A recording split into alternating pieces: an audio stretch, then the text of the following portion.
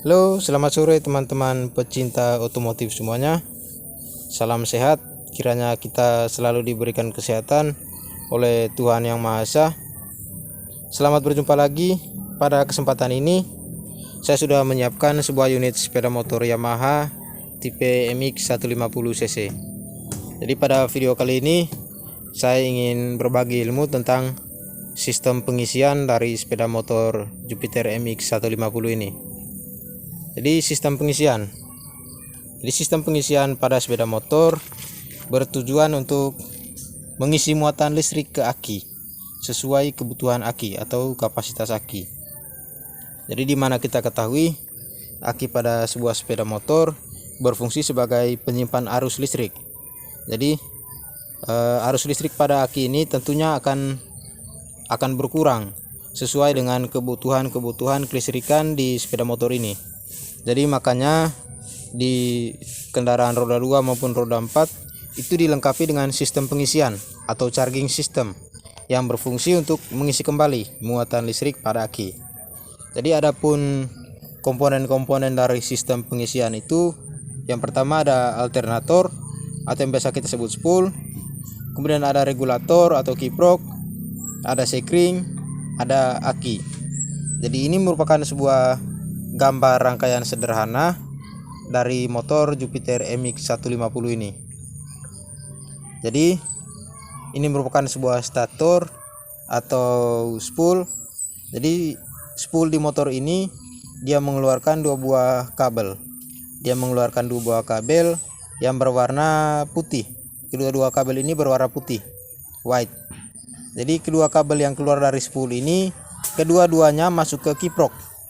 Jadi kiprok di motor ini memiliki 4 pin atau 4 kaki. 2 pinnya itu kabel dari spool ini. Kemudian pin yang satu atau kaki yang satunya ke kabel ground atau kabel massa atau negatif. Kemudian satu kabel ini adalah kabel output dari kiprok yang menuju ke aki, tetapi melalui sekring.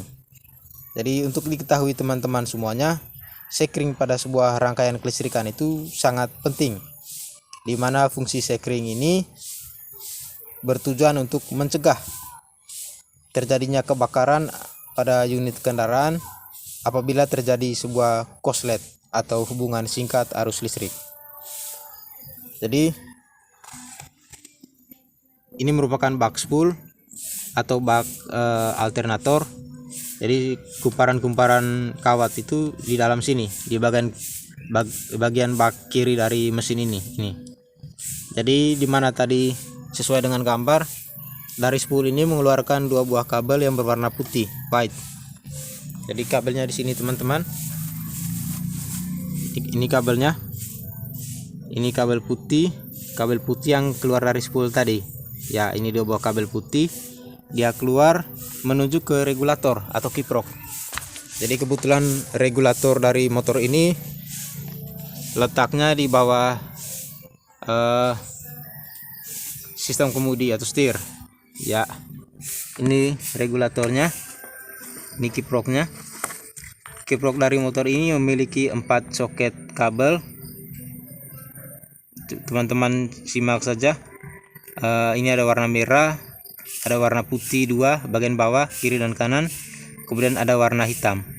Dari yang kedua yang putih ini adalah kabel yang dari spool tadi teman-teman, yang warna putih.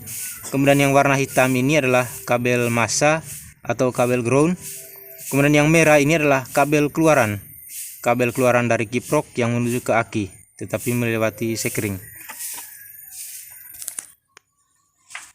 Ini dari kiprok tadi dia menuju ke sekring. Ini sekringnya teman-teman. Jadi di motor ini ada 2 buah unit sekring. Sekring yang satunya itu 7,5 ampere. Ini Jadi dari kiprok tadi teman-teman dia menuju ke sekring ini. Di motor ini terdapat 2 unit sekring, yang satunya 7,5 ampere. Ini sekring untuk fuel injeksinya. Kemudian yang satu adalah visible link atau sekring utama. Besar ampernya itu 15 ampere. Jadi dari kiprok tadi dia ke sekring ini baru ke aki, ke plus aki. Jadi tujuan dari sistem pengisian ini ujung-ujungnya ke aki untuk mengisi muatan listrik ke aki. sehingga aki bisa bekerja dengan normal untuk menyuplai beban atau kebutuhan listrik pada sistem sebuah kendaraan. Jadi tegangan normal aki itu 12 volt teman-teman. Ya, normalnya itu 12 volt DC pada saat kendaraan ini belum dihidupkan.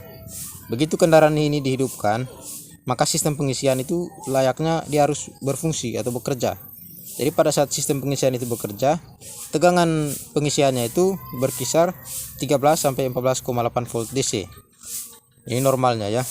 Apabila begitu unit kendaraannya sudah kita hidupkan, tetapi tegangan aki masih berkisar di 12 volt DC, itu menandakan sistem pengisian itu tidak bekerja.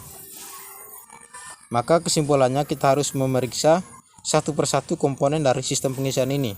Apakah stator atau spoolnya yang bermasalah, ataupun kiprok, ataupun sekring, ataupun kabel-kabel yang mungkin longgar. Jadi teman-teman,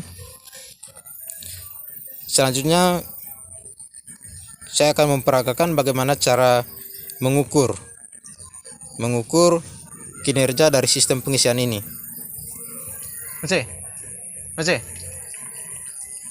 Jadi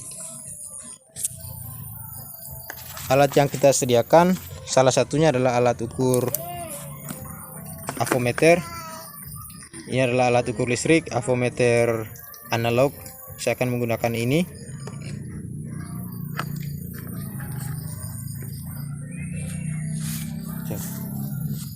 Jadi langkah awal yang kita perlu lakukan adalah men-setting selektor pada avometer ini pada posisi 50 volt DC ya teman-teman, 50 volt DC.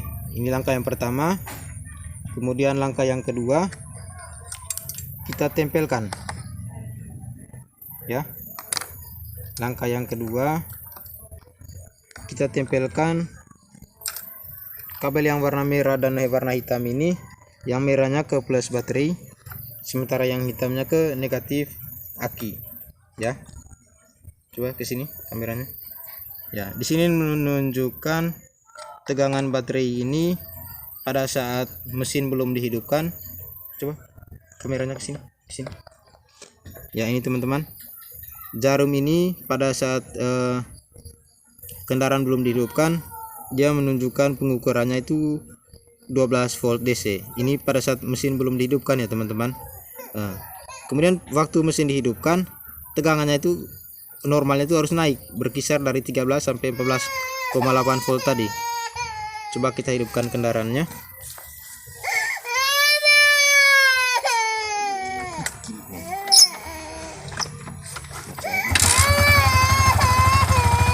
Ini kendaraan kita sudah hidupkan teman-teman. Lalu kita ukur. Coba kameranya ke sini. Kita ukur. Coba dekatkan lagi kameranya. Ini teman-teman, begitu kita ukur, jarumnya ini angka 10. Jarumnya itu berada pada angka atau garis yang ke 14 lebih sedikit. Jadi ini menandakan sistem pengisian motor ini berfungsi dengan baik. Oke, sekian saja teman-teman. Apabila ada yang ditanyakan silakan. Terima kasih.